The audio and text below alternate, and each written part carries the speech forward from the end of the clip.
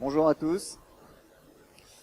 Je me présente rapidement, Benoît Rosé de DataSolus. On va vous présenter une solution SaaS avec une visionneuse basée sur Forge d'Autodesk. Comme ça, devant. C'est bon là? Non, mais sinon je le tiens. Ah oui, bah oui. Donc je vais vous présenter la solution DataSolus. Je vais commencer par la partie visionneuse. Donc quand on arrive sur un projet, donc ici un projet de démonstration, on a une partie visualisation dans laquelle on va pouvoir faire un assemblage de maquettes IFC.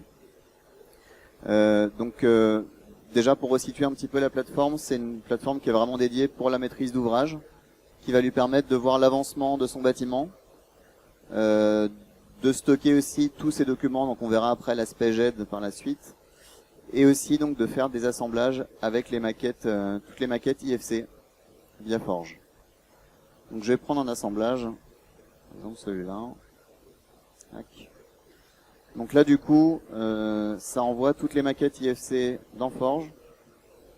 Ça va rassembler toutes les données et reclasser les maquettes selon un arbre de données qu'on va voir du coup dans le viewer. Voilà. Donc là ici, dans cette maquette là, on n'a pas énormément de maquettes pendant cet assemblage là. On a fait déjà des assemblages où il y avait une cinquantaine, une soixantaine de maquettes. Ça charge assez vite. Donc on a la possibilité d'afficher ou de masquer les différentes maquettes de l'assemblage. Voilà. On a des outils qui permettent donc de faire des coupes sur la maquette pour voir un petit peu ce qui se passe dedans et sélectionner plus facilement des objets. Voilà. On a aussi du coup des coupes qui permettent d'aller plus loin pour isoler des espaces, donc qui vont permettre, par exemple, voilà, de faire une boîte sur une partie du bâtiment. Hop. On a des outils aussi de mesure, de réglage de la caméra pour changer la focale. Et donc je vais vous présenter un petit peu l'arbre de données qu'on trouve ici. Alors je vous montre un exemple de classement. Ici, ça va être classé par donc bâtiment. Dans le bâtiment, on va retrouver les différents niveaux. Donc ici, rez-de-chaussée, +1, +2 toiture. Donc bâtiment, niveau, local. Donc là, par exemple, je vais retrouver le hall, le hall d'accueil, dans lequel je vais retrouver tous les éléments qui sont dans le hall. Donc ça, on a un système de détection d'objets dans les locaux. Donc par exemple, je vais retrouver dans porte, je vais retrouver la porte ici que je peux isoler, la porte du hall. Voilà. Et je peux aussi sélectionner le hall en entier. Voilà, dans la maquette. Donc tous les objets sont détectés par locaux. Là, c'est vraiment la démo, donc je vous montre qu'un type d'arborescence, mais on est en train de mettre en place aussi d'autres structurations de la donnée pour pouvoir retrouver par exemple les appartements, s'il s'agit de logements, ou les services, s'il s'agit par exemple d'hospitaliers. Et du coup, pareil, de pouvoir retrouver tous les éléments qui sont dans ces locaux. On a aussi, donc si par exemple je sélectionne un objet, un mur par exemple, voilà, on retrouve donc les propriétés de ce mur, donc là les propriétés de l'IFC. Voilà. On retrouve aussi ou les articles qui vont décrire le mur, donc là issu du CCTP, donc tout le descriptif de l'objet, et ou les documents associés à l'objet. D'accord. Donc là, par exemple, si je prends un panneau, je vais retrouver les voiles, les planchers, un peu tout ce qui constitue, tout ce qui est connecté via le CCTP. Un autre exemple, si je masque, alors on peut aussi masquer des sélections, rafficher des sélections. Voilà, fiche produit. Tac. Donc là, je vais avoir tout ce qui va être document sur le surpresseur que j'ai sélectionné.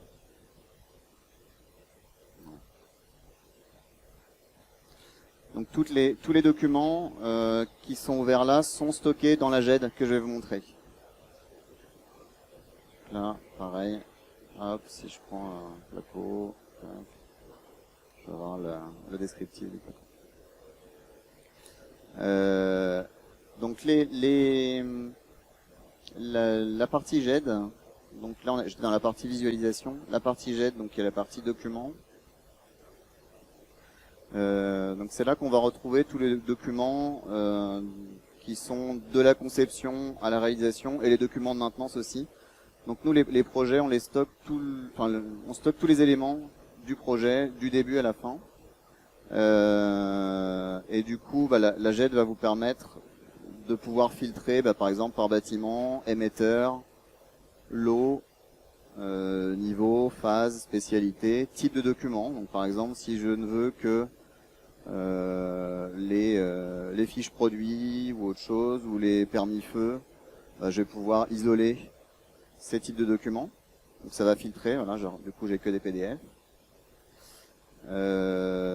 Et par exemple dans les maquettes, donc là j'ai tous les documents 3D et dedans je peux retrouver si je veux les IFC ou les maquettes Revit par exemple pour les isoler.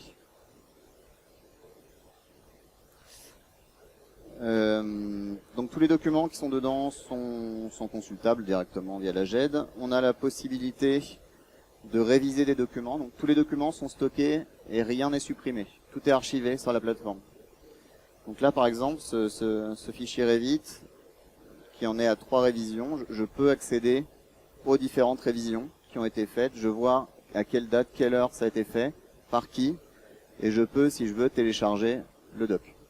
Donc là la maquette. On a des notions de droit aussi pour donner accès, un accès restreint à certains documents. S'il y a des documents qui veulent être accessibles uniquement par certaines parties, comme par exemple, j'en sais rien, si c'est juste pour la maîtrise d'œuvre ou maîtrise d'ouvrage, que certaines entreprises n'aient pas accès à des fichiers natifs par exemple ou d'autres choses. Donc on a la possibilité de le faire via les droits. Et du coup, chaque document peut avoir sa propre visibilité en fonction des intervenants. Donc on peut consulter aussi toutes les archives qui ont été placées sur la GED. On a la possibilité aussi d'envoyer des documents à des personnes qui ne sont pas forcément sur la plateforme DataSolus. Modifier le statut, ça va être des histoires de validation de documents.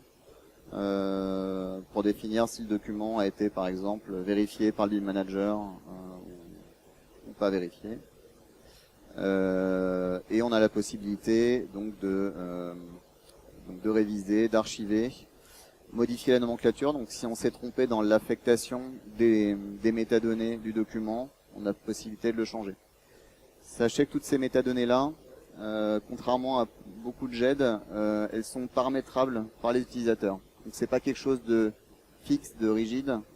On a la possibilité via l'onglet configuration de changer la nomenclature et de rajouter, s'il y a besoin, d'autres éléments de classement. Si par exemple il y a beaucoup de documents, qu'on sent qu'on est un peu limité en métadonnées, on peut en rajouter.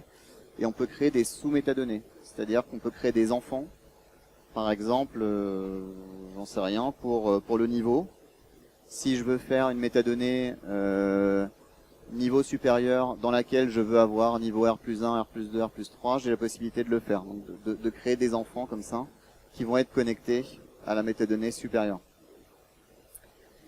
On a aussi la possibilité, via l'onglet vérification, de faire des extractions de données. Donc là, ça va récupérer via Forge tous les objets qui vont être en relation avec le local dans lequel ils sont. Et ça va nous permettre d'avoir des quantitatifs ou toute autre donnée, et aussi des relevés de surface, donc pour savoir où on en est dans les surfaces. Sachant que dans la partie viewer, on est en train de mettre en place aussi des outils de comparaison de surface pour comparer tout ce qui va être programme aux surfaces projet, donc pour que le maître d'ouvrage puisse voir où il en est dans les surfaces dans le projet. Alors je vais revenir un petit peu dans le viewer. Hop. Voilà. Donc les assemblages, vraiment, chacun peut créer ses propres assemblages, il n'y a aucune limite. Donc on peut, si on veut, faire des assemblages avec uniquement les maquettes techniques, ou uniquement les maquettes architectes, ou l'ensemble. On peut en créer rapidement, les supprimer si on veut. Bref, c'est vraiment laissé libre aux utilisateurs. Voilà, alors l'arborescence dont je parlais au début donc va un petit peu évoluer aussi. On aura la possibilité, donc là vraiment le classement qu'on a actuellement est un peu fixe, mais on aura la possibilité justement via les jeux de couleurs qu'on a ici de pouvoir par exemple mettre en couleur les locaux en fonction de tels critères pour pouvoir les visualiser, les sélectionner plus rapidement et faire des analyses sur dans l'espace ou sur des objets. Donc on peut aussi, hein, si je développe, voilà, que je prends n'importe un escalier ou autre, ou le plafond, l'escalier, on a la possibilité de mettre en couleur les objets, de changer la couleur et du coup de les voir quand on les isole, de les visualiser. Il est là, tac, de les visualiser avec la couleur qu'on choisit. Voilà. Donc ça, on prévoit de faire des automatismes et d'associer des couleurs à des critères. Donc ça se fasse tout seul dans le viewer. Cette connexion, enfin cette arborescence qu'on a là, on va pouvoir aussi s'en servir par la suite dans la partie GED, puisqu'on pourra rassembler les documents si on veut aussi par locaux ou par différents critères qui vont être renseignés dans les maquettes numériques. Donc un exemple de ce qui sera possible de faire aussi, si jamais vous êtes dans de la maintenance ou autre et qu'il y a un problème sur tel appareillage, vous pourrez du coup via l'arborescence remonter le réseau, savoir à quoi est connecté cet appareillage et du coup remonter l'ensemble et avoir tous les documents associés au tableau ou à l'appareil concerné. Donc ça va vous permettre d'avoir beaucoup plus de critères de recherche que dans un DOE classique par exemple, où effectivement c'est toujours les mêmes dossiers et on n'a pas tellement de manière d'accéder plus simplement aux éléments, parce qu'ils sont à un endroit, alors que là on peut aller les rechercher vraiment par différents modes d'accès et différents classements. Que vous dire d'autre là-dessus? Donc oui,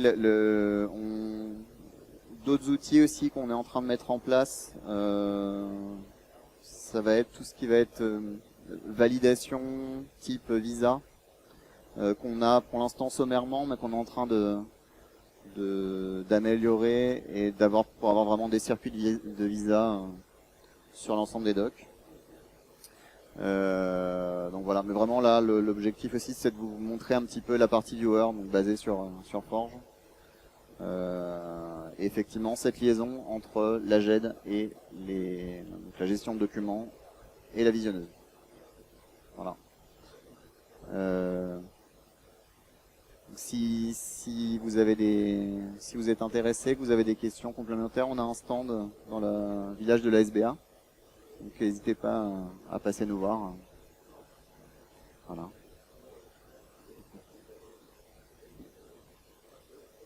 Merci.